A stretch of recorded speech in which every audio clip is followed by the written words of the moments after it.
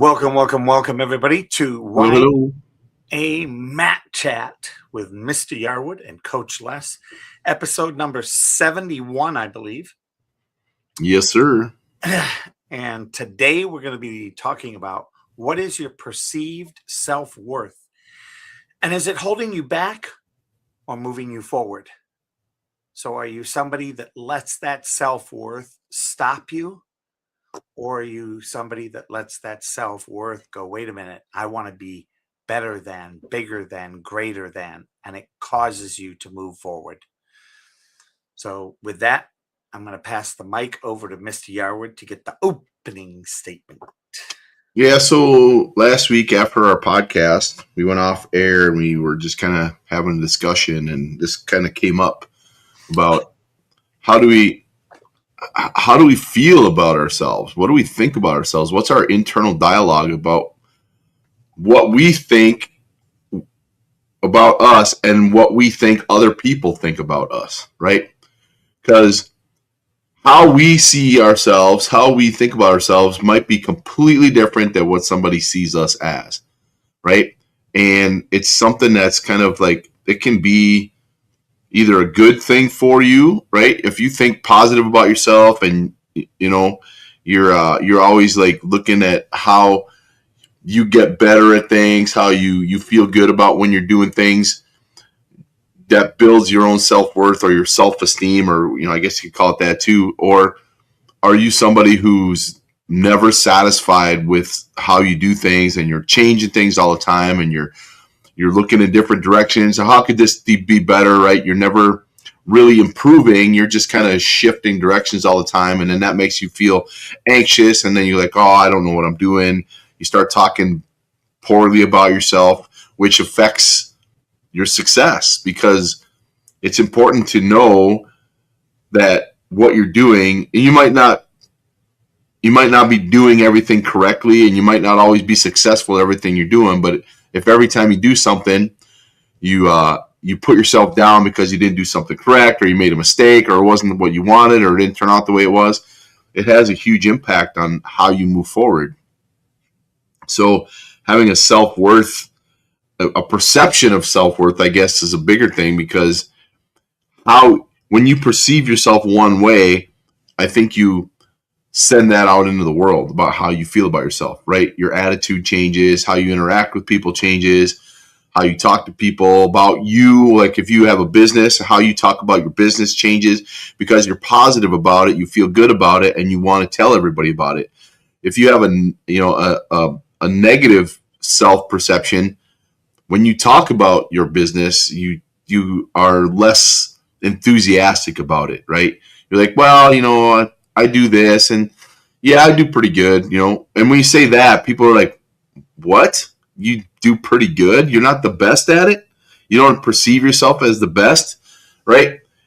People can pick up on that, right? And your body language says that. All the different signs going outward say something different about what is going on versus, positive versus negative. So it's important that you are having your own positive perception, because that comes out of you and advances on other people when you talk about yourself or your business or whatever it is. So it's something that you have to be aware of, that how do you think about yourself, right? Most people don't really take time to go, well, how do I feel about how I do things? How do I talk to other people about myself, about my business, about my family, about whatever? So just, it's something that we need to be aware of when we're doing things.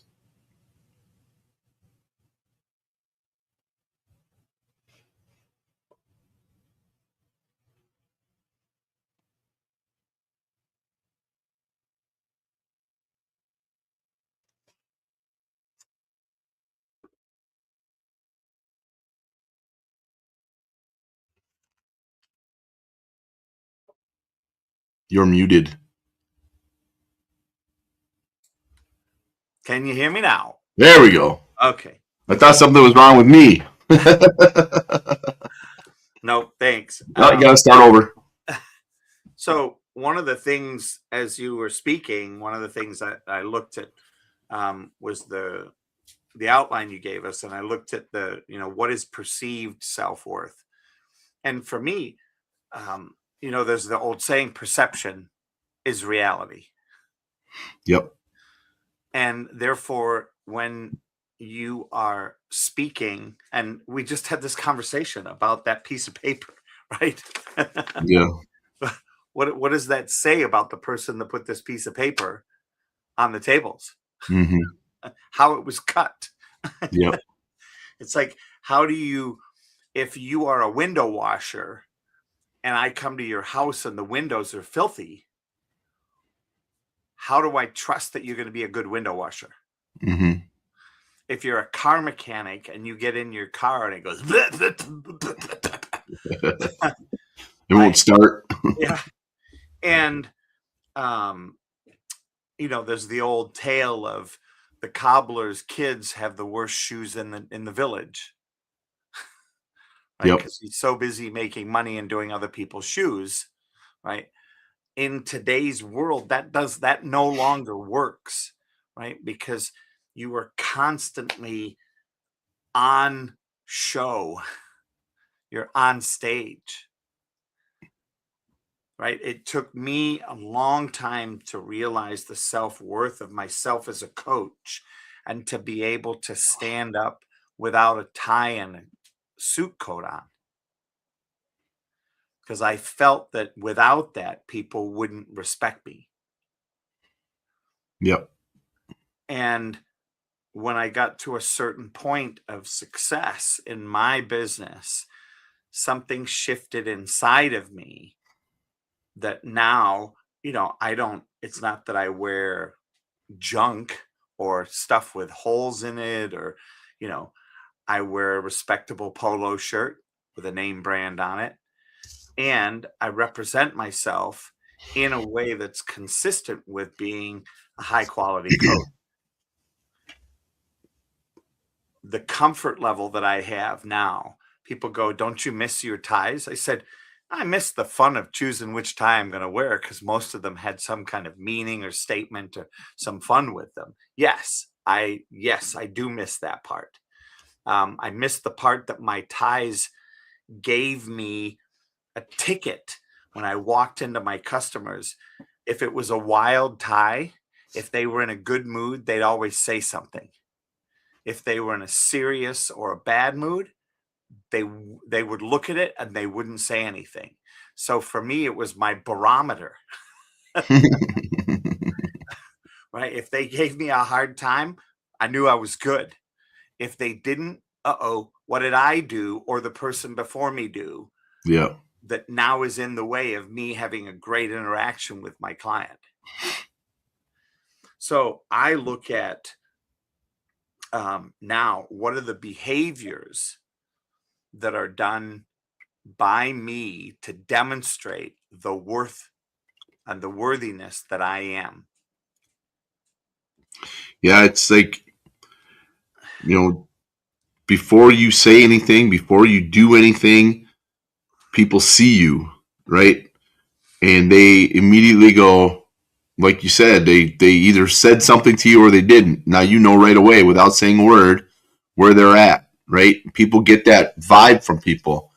And I think it's probably, I'm probably guilty of it too. You don't really go talk to people and find out what vibe am I giving off, right?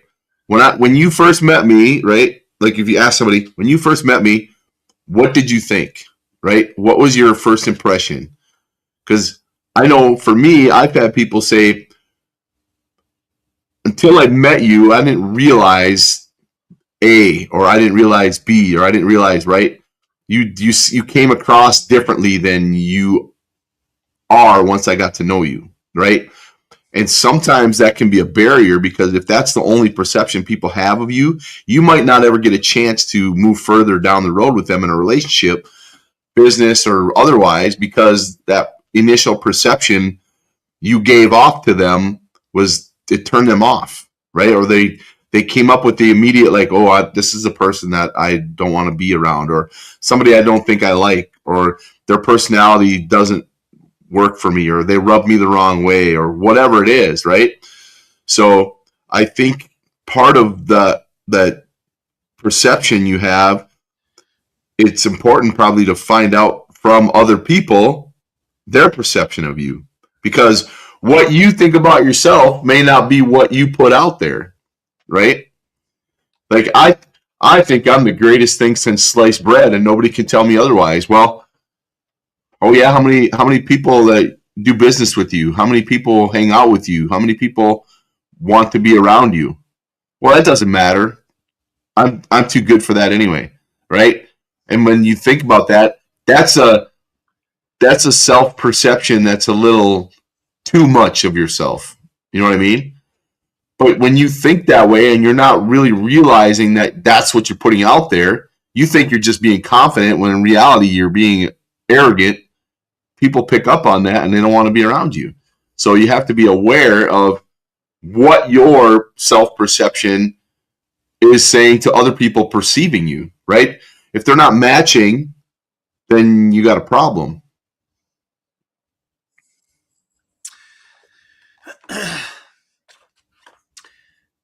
And I think that also then, how do we trust somebody that comes across two-faced? Right. Yep. And is there another face that we just haven't seen yet? Yeah. Yep. And that's really important, right? When you are talking to people, what they say about other people behind that person's back tells you a lot about that person. Because what do they say when you're not around? Right? That's a perception of them that they may not even realize that they're like, that's how they always are. They always talk about other people, right? That's just, for them, that's normal, right? But for other people, you're like, dude, you're always saying negative things about people when they're not around. But when they're around, you're glad handing them, you're patting them on the back, you're telling them good job, all that stuff. Well, which is it?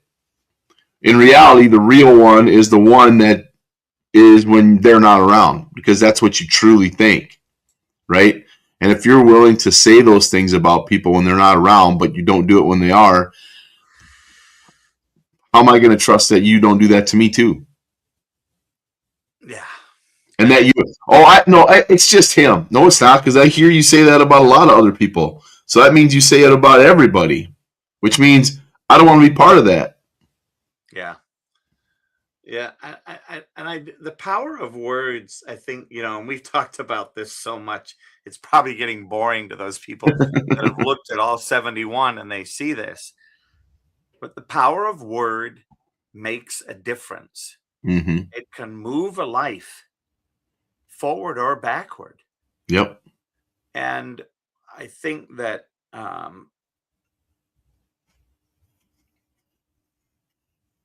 when we look at in that self-worth, what are the things that get held back that create issues if you have that low self-worth? And you listed 5 things here: over preparing and perfectionism, right? People trying that spend too much time going to the sublime and ridiculous. Yeah, I just had a conversation about that today with somebody. It's about taking action, right? If you're trying to wait till something is exactly how you want it, you're never going to get there, right? Even if you're not sure about something, if you don't know, the only way you're going to find out is just do it, right? Uh-huh. Then you make a mistake and you learn from your mistake and you move from there, right? But if you're always trying to be just right, just perfect, just prepared, you're never going to get anything done, right? Perfect, I think did Patton say it? Perfect is the enemy of good. Because the perfect plan never gets presented, but if you're good, you do the good plan, you can fix it as you go. Right. Well, and then what's the other thing about perfection that you always say? Per, you never say to a student that was perfect. Right. Because then they're done. They don't have anywhere else to go. Yeah. And the phrase too, my kids are learning the phrase is like, I always say practice makes Good. and some people say perfect. And I said, no, practice makes habit. Good practice makes good habit. Bad practice makes bad habit. Yeah. So when you're practicing, you're creating a habit. Just make sure you're practicing correctly.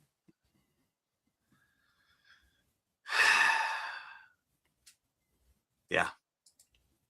But yeah, being a perfectionist, nothing is ever perfect, never will be. You'll never end because you'll never be perfect. Nothing will ever be perfect. So you'll never do anything because you're always worried about it being perfect.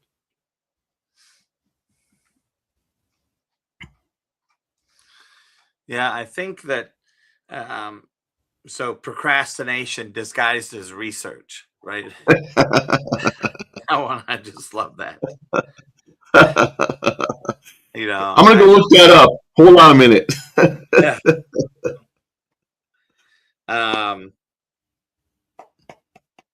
I think there's so many times if you don't set a deadline for yourself, it's so easy to procrastinate. Yep. It just is. And when somebody comes and says, "How you doing?" You're like, I'm on it. I'm working hard, and I'm looking to do this and I can't, and I'm trying to overcome that. And it's like, they're like, "Well, why are you doing that? You Yeah. never needed to go there." I'll do it tomorrow. And then tomorrow comes, guess what you say again? I'll do it tomorrow. Tomorrow never comes. It's always tomorrow. Amen. Oh my goodness. Yeah. What's the other one? Undercharging and staying small. I think this is a common phenomenon Yep. for small business people. I mean, you've dealt with it. I've dealt with it. Mm-hmm. And I do believe it takes somebody outside of you to come and smack you upside the head. Yep. And I don't think I actually don't think it's a bad thing. I think it creates a level of, well, at least my client's humble. Right. And now we've got the barrier of self-worth. It's not, indignation or, I think too that it's kind of an integrity thing too. You don't want if you're not charging enough, it's more likely, at least in my perception, it's more likely that it's not that you devalue yourself. You're trying not to overcharge other people, right? You're trying to be helpful to them, right? Yep. And the perception is like, I'm helping them. It's like, well, no, you're not really helping them. You're hurting yourself. If you undervalue yourself, if you undercharge for your services, that's a personal thing that you don't feel you're worth what it is you really are worth, right? So that's a negative self-perception because your value is higher than you think it is, and that's a detriment to your business, that's a detriment to your mindset, it's a detriment to all kinds of stuff. And then on the other end of that, people perceive that, right? They perceive that you don't value yourself, and you might get taken advantage of because of that, because they'll use that against you, right? Which causes even more problems. So it's a challenge because people are like, you and I've been there personally. It's like you don't realize the value you really have, right? Because you are internalizing it all. It's like, well, I don't, that seems like it's too much. That I don't. Nobody's going to pay that, right? That's all self-perception. That's not even, that's you haven't heard that from people. They haven't told you charge too much. You just think that they think that.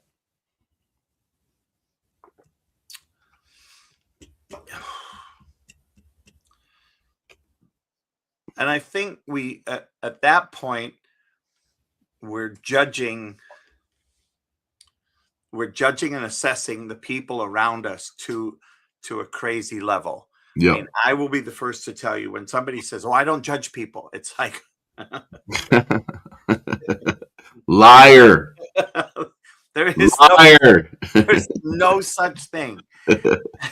You may do your best not to judge them and You try not to. derogatorily, right? And you may judge stuff and keep it to yourself and not let it impact how you are with them. Mm-hmm.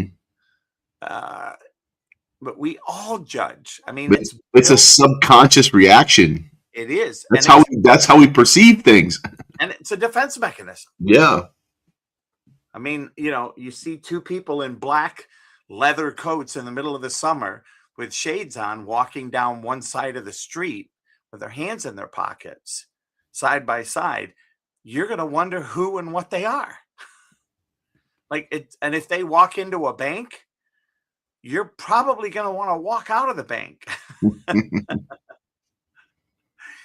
Right? I mean, that's just the perceived value going on because, the movies, because of TV, because of the papers, because of stories and books, right, has given you a filter.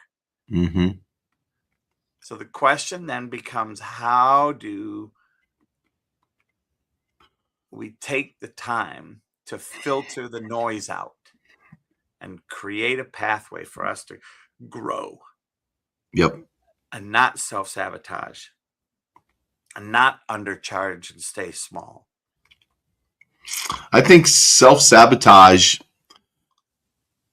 is almost the other end of undercharging, because I think what happens is we get successful, right? Maybe to a level we haven't been before. And then we start thinking, wow, I don't know if I deserve this. I didn't work as hard as I maybe think I should have, right? Or maybe, good things don't happen to me. It's not real. It's not going to last, right? And then you start self-sabotaging yourself on the other end, where now you're holding yourself back. You've already reached a level of success that you want, and then you go, no, this isn't it. It's not right. I'm not supposed to be like that. You know what I mean? So you hold yourself back in that regard, and that you get to where you want to go, and then you mess it up because you're afraid of success, or it creates more work for you and you don't want to do it, or you're procrastinating or you're resting on your laurels and you think you've made it, right? So there's so many different aspects to it. So then now you're turning it around and saying, nah, I don't deserve this. So you change it. It's the same idea, just on the other end.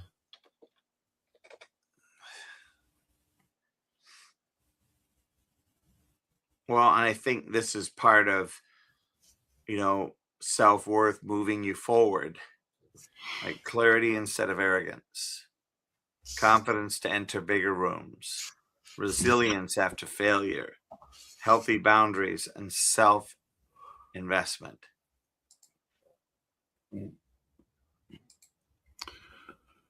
Yeah, I think self-investment's a big thing, because especially if you're somebody who's a giver, right? And you want to help everybody, you want to do the right thing for everybody, right? To your own detriment, and that's the problem, because you're not.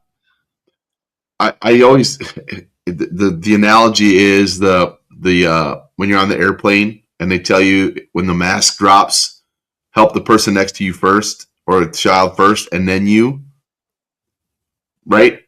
Oh, sorry, you and then them. Yeah, because I'm like, wait a minute.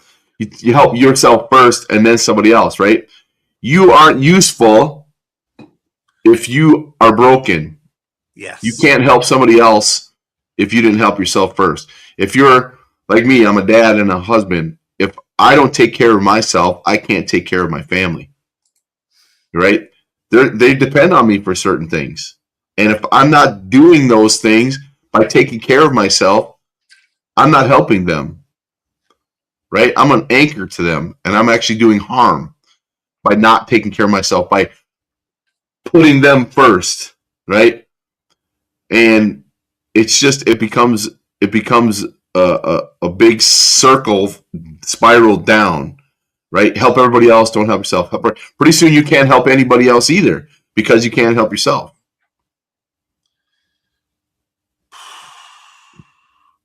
Yeah. Yeah.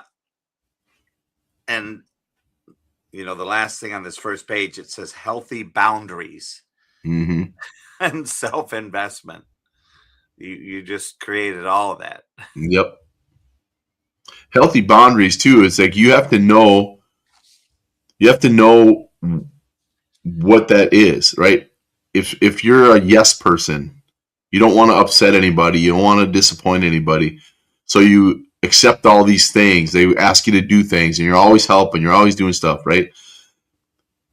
When do you have time for yourself?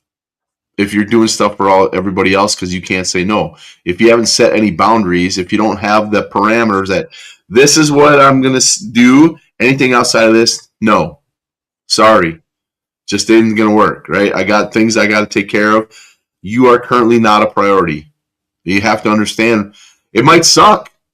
You might piss people off. You might upset them, but that's on them. That's not on you, right? You have to be able to say no. I think that's the one of the hardest things for entrepreneurs Yep. is to say no, because there's so much pressure. If I say no, that gives them the right to say no to me, or the next person to say no to me. That's bad juju. Can't have bad juju. Yep. Or you piss them off and they go say bad things about you to other people. Anyway. Yeah. Yep. Yeah. Yeah.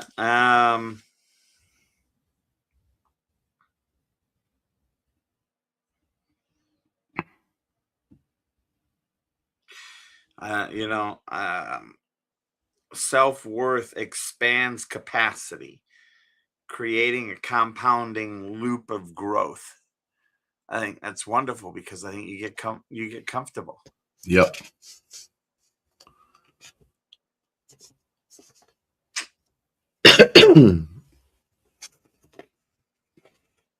Yeah, and I think, like I said, you got to take time, and that's where I think where the self-investment comes in is you got to take time to figure out what your self-worth is. How do you feel about yourself? Assess where you're at, how you respond to things, right? And be objective about it. Right? Don't lie to yourself because you're not going to help your situation. You got to be honest with yourself. How do I feel about this? How do I respond to this? How do I feel when this happens? How do I feel when somebody approaches me and asks me these questions? When you sit down and evaluate how you're doing yourself, I think it's a lot easier for you to then apply those things to how you do things, and then your perception improves because now you have an understanding, you have an inventory of all the things that affect you and how they do that, and how you can use those to make yourself better, discard the things that aren't good for you. Yeah. But if you're not willing to sit back and take that little time to think about those things, it's never going to get better.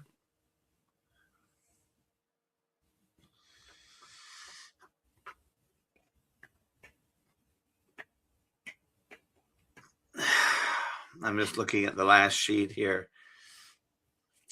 And I love this in closing reflection as we get ready to wrap up. If you would not allow your child to speak about themselves the way you speak about yourself, why do you allow it? Yep.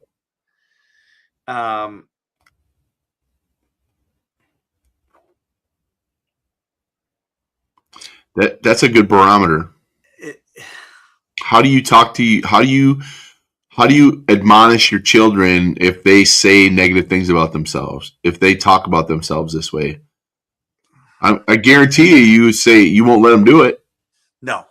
right? But you turn around and do the same thing to yourself. So guess where they're learning it from? Yeah. Person in the mirror.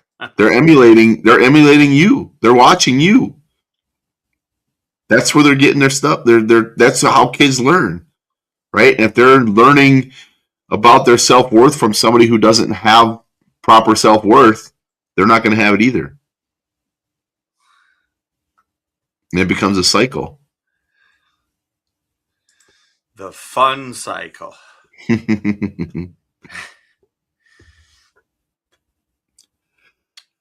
I think the other thing that you wrote here is of the last statement: self-worth is contagious and affects culture, leadership, and legacy.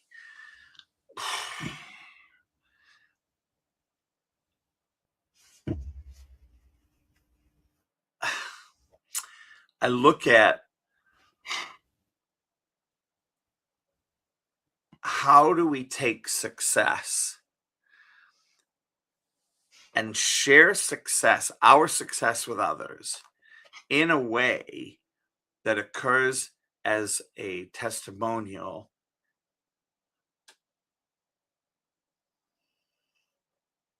and yet leave an avenue for us to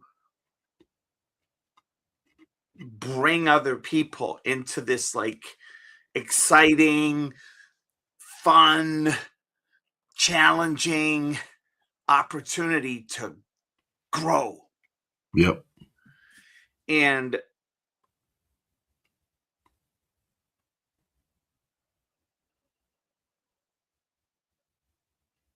I look at being completely blessed by the people that are around me that will not let me sit in this self-worth poop for very long. Yep. Yep. I mean, that's a big thing too. Who are you interacting with? Who are you spending the most time with? And are they a positive influence or a negative influence? How do they affect your self-worth? Do they talk down to you? Do they lift you up? Do they encourage you? Do they testify for you? What do they do? Or they're just brown nosing, trying to get something for free. Yeah, or are they using you, manipulating you, taking advantage of you? So as homework from today, and you don't have to hand it in. We probably won't even if you don't come back, we may even not see you for a couple of months. But let me give you the homework. On a scale of 1 to 10, how much do you believe in your heart of hearts you deserve success?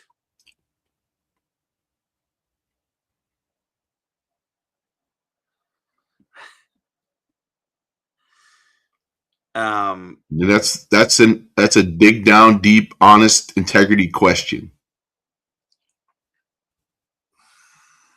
That's not a surface, yeah, sure, I deserve success. And it's not an arrogant way, right? I deserve it. I should get it. It's not entitlement. It's earned. It's earned, and it's earned at the acknowledgement of people around you. Mm-hmm. But I don't care if I win, and awards aren't going to bother me, but the reaction and the opportunity to make a difference with other people, that's what excites me. Yep. The best awards are the ones that people give you without you you didn't go search for the award, right? They give you a testimonial about something you did, or just overall you're just a person that they really want to tell other people about, right? You don't go do it so you get all the accolades. You just get them because that's how you are, and people recognize that. Yep. Well, I appreciate this. Great topic. Thank you for putting it together. Yes, sir. Thanks for this sheet. for number 71. We wrap it up. So thank you. Anything else for closing before I hit the button? No, I think just self-evaluation is a big part of this. Yeah. Be honest with yourself.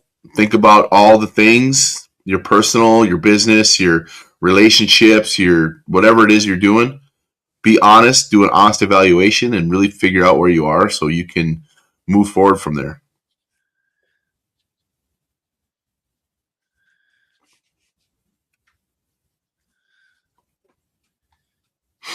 All right. I put self-evaluation and think about all training and coaching. Period. All right. Well, with that, I'm going to bid you good night and end this beautiful evening. And here we go. See you later. Bye-bye.